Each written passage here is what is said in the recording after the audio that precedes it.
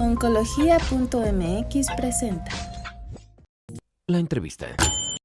¿Cuál es la situación de la radioterapia en nuestro país, sobre todo enmarcada en en esta pandemia que tantos problemas ha traído para toda la salud y todo esto es gran conflicto?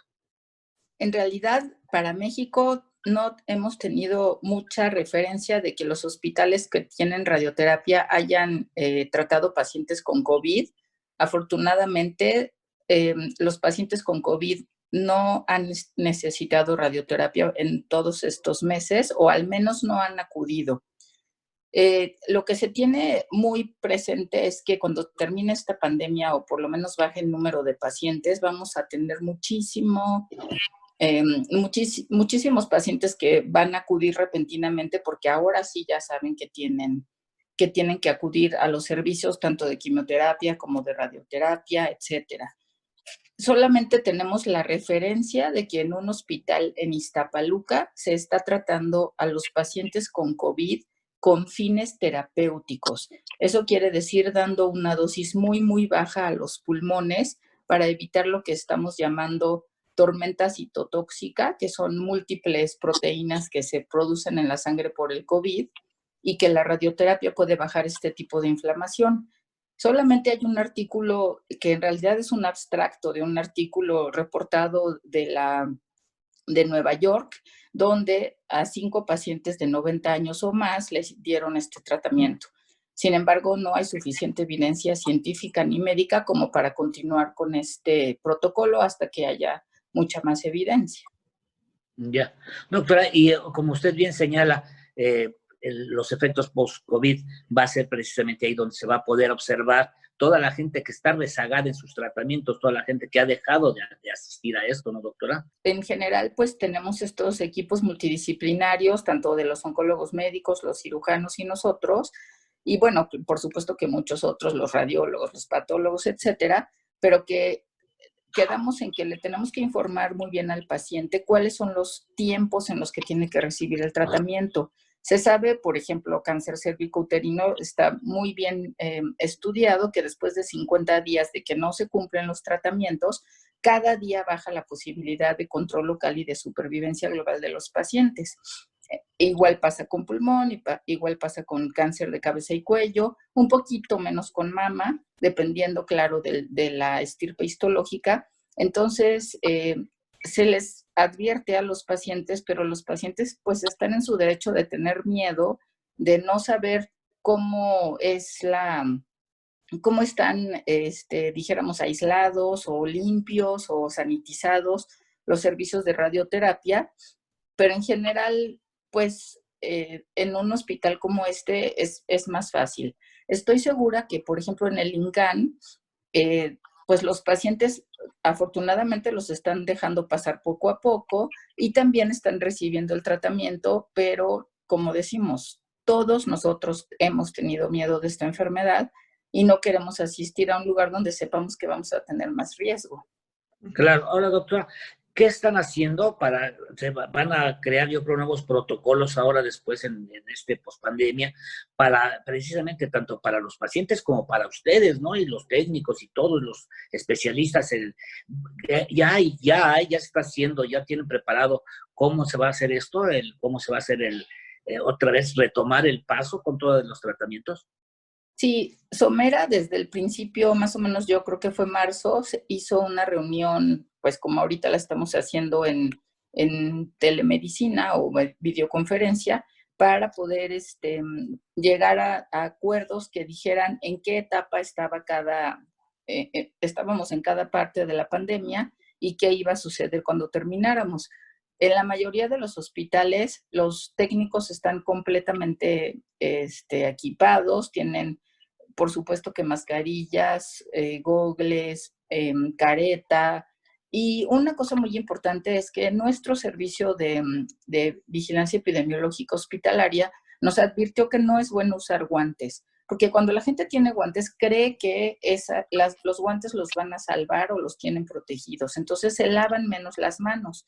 Entonces nosotros no usamos guantes con el fin de que antes y después de cada evento que tenemos, nos tenemos que lavar las manos, ya sea con agua y jabón o con gel alcoholizado.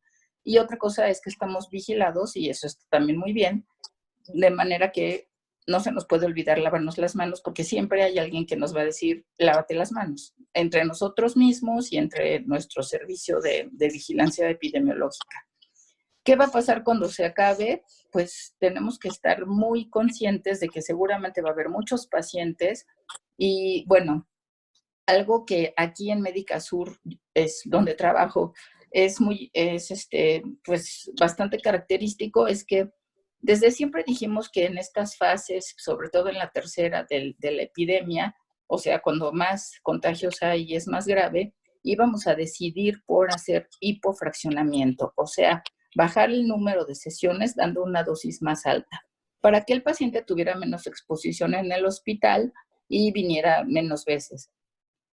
Por alguna razón, no se lleva a cabo completamente esto, porque los pacientes vienen bien, no vienen con COVID. Entonces, y sabemos que aquí, como ya dije antes, está súper sanitizado, está aislado del resto del hospital.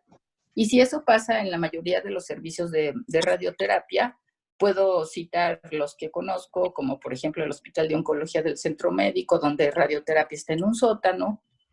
Puedo citar el 20 de noviembre, que está en un sótano y también tiene entradas y salidas específicas, y el ABC, el DALINDE está en un sótano. Entonces, generalmente, como es un servicio de sótano, estamos aislados del resto del hospital y podemos trabajar con los pacientes sin infectar más o sin provocar contagios. Claro, es muy interesante, doctora, lo que usted señala, porque obviamente no es para todos. O sea, este tipo de planteamientos que hacen en cuanto a espaciar las citas y con dosis más altas, obviamente, van a ser específicamente para ciertos lugares, ¿no, doctora? Donde, por ejemplo, esté más el riesgo, no para todos, no aplicaría para todos, ¿no?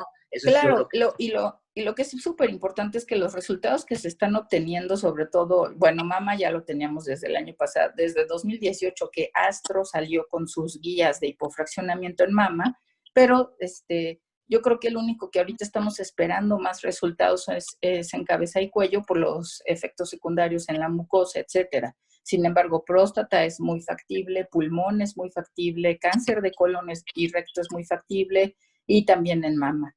Entonces, esto nada más es como también dicen los ingleses, los americanos y ahora nosotros, tenemos que acostumbrarnos a usar este tipo de hipofraccionamiento, porque ¿cuál es la diferencia? Que al principio no sabíamos qué iba a pasar con los efectos secundarios a largo plazo, ni siquiera a mediano plazo. Ahora los conocemos y sabemos que son exactamente los mismos que con un fraccionamiento convencional. Entonces, más confiadamente podemos usarlo. Tenemos que tener súper claro es que la limpieza y la sana distancia, así como se llamó aquí en México, es lo más importante. Tenemos que usar cubrebocas porque sí está demostrado que eso nos aísla.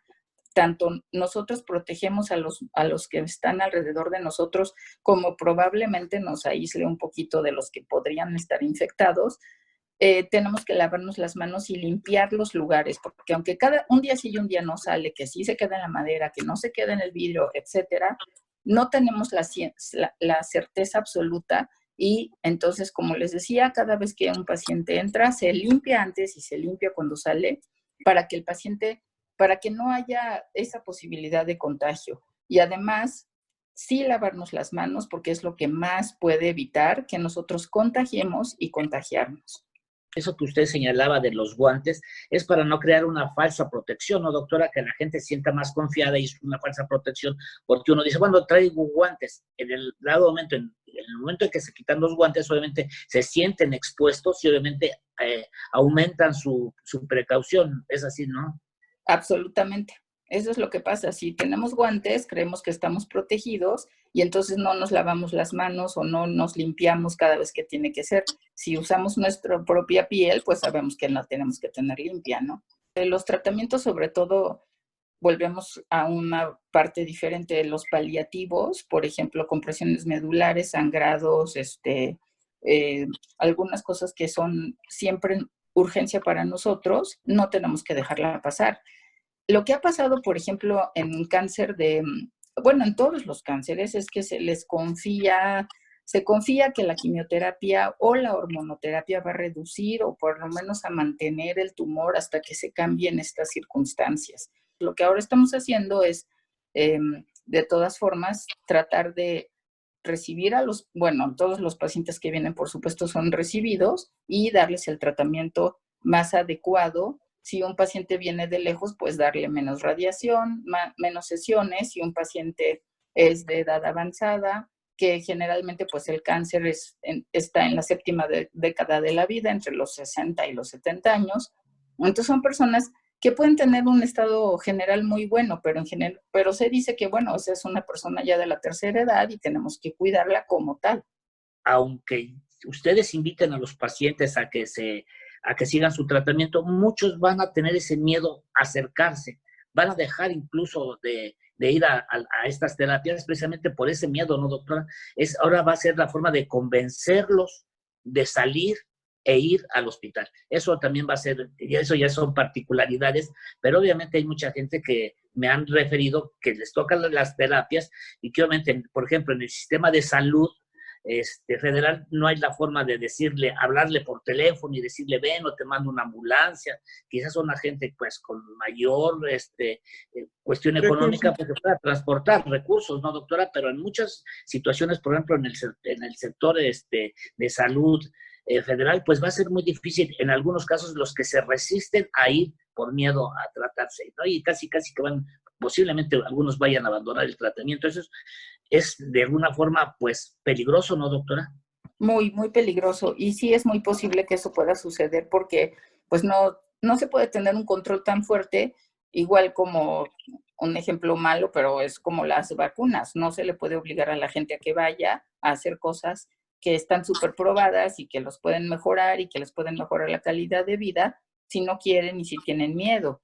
Lo que nosotros hacemos es que a cada paciente le decimos que solo puede venir con un familiar y si puede venir solo es mejor.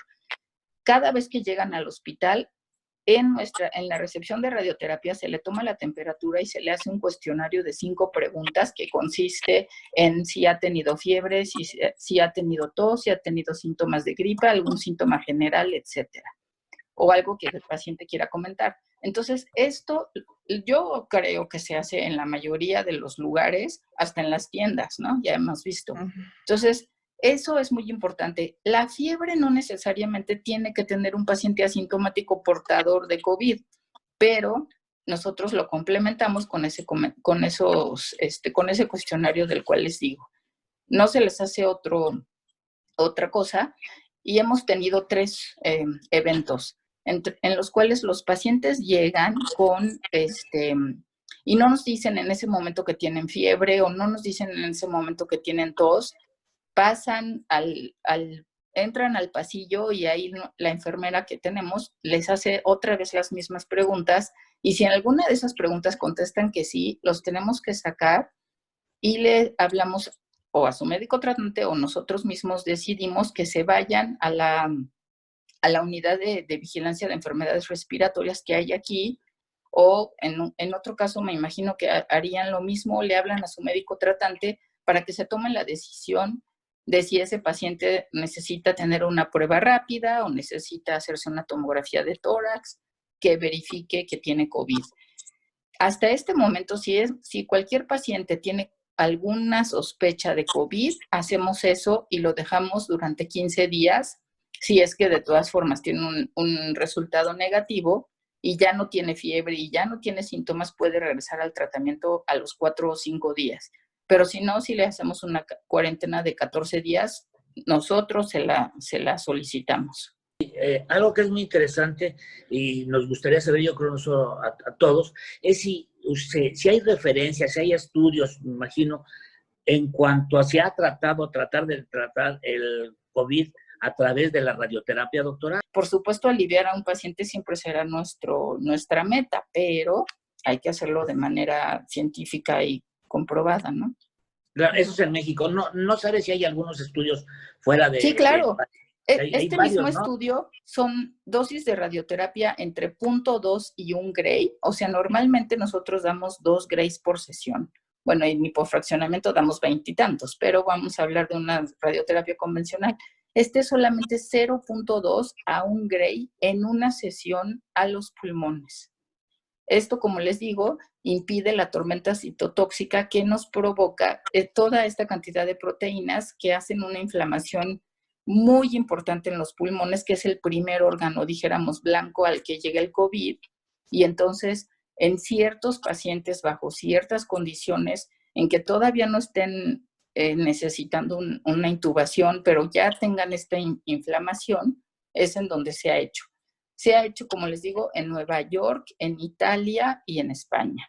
No tengo conocimiento de que ya tengan otros lugares y en Iztapaluca. El Doctora, Congreso de ¿cómo le fue? 360 grados a mí me pareció una forma súper interesante. ¿De qué se trató la plática mía?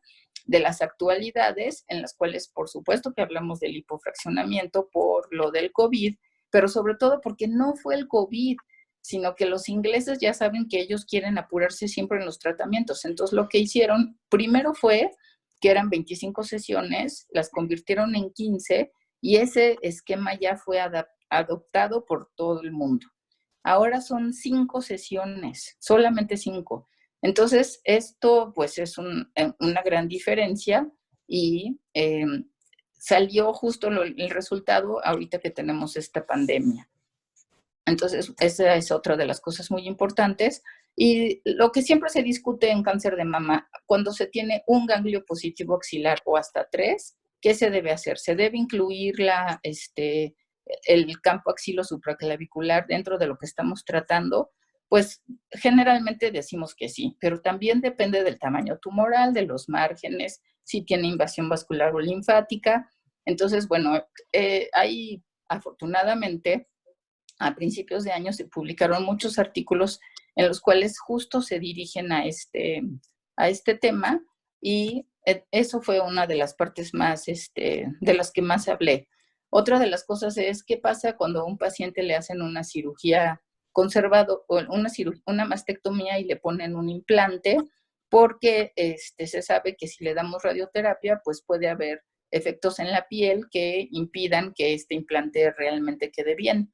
Entonces, bueno, ¿cuándo se debe dar radioterapia? Esa es una de las cosas importantes y volvemos a lo mismo, de qué tamaño fue el tumor, qué tan diferenciado estaba, si tiene invasión vascular, etc.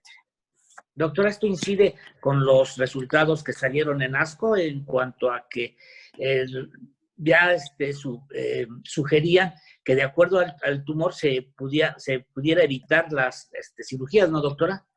Cierto Sí, tipo de cirugía. ahorita se está llegando a todo, desde que, o sea, bueno, por supuesto tener la biopsia, conocer exactamente cuál es la histología del tumor y decidir si se da solamente radioterapia, cuánta dosis, porque eso es muy importante, y también qué tan grande puede ser la cirugía, porque pues vamos a ver que no estemos invadiendo, que no estemos evitando dar radioterapia, por ejemplo, a los ganglios, etcétera. Sí, esto vendría a suponer o a presuponer que posiblemente en el futuro se van a evitar mayores cirugías y se va a hacer mayor uso de la radioterapia, doctora. Sí, por ejemplo, eso ya está pasando en cáncer de recto. Hay algunas estirpes y algunos tamaños tumorales y algunas localizaciones que se están beneficiando de no hacer la cirugía, solamente dar radioterapia. Y Claro. la radioterapia radical se ha usado para muchas cosas, por ejemplo, cáncer de piel, obviamente, cáncer de cabeza y cuello, dependiendo de la etapa clínica. Claro. O sea que a medida que avanza la radioterapia en el mundo, va a ayudar a evitar pasar a cuestiones más agresivas en cuanto a cirugía, ¿no, doctora? O sea, ese es Sí, estoy seguro. uno de los muchos beneficios que aporta la radioterapia, ¿no, doctora? Esos son de los grandes avances, ¿no? O sea, cada vez ustedes, en la medida que ustedes avanzan, crean una especie de adelanto al tratamiento y evitan, mayores riesgos, ¿no? Sí, mutilaciones sobre todo, que era la palabra que se usaba hace más tiempo, ¿no? ¿Cómo se puede llamar en lugar de mutilaciones? Pérdida de función sobre todo. Lasalud.mx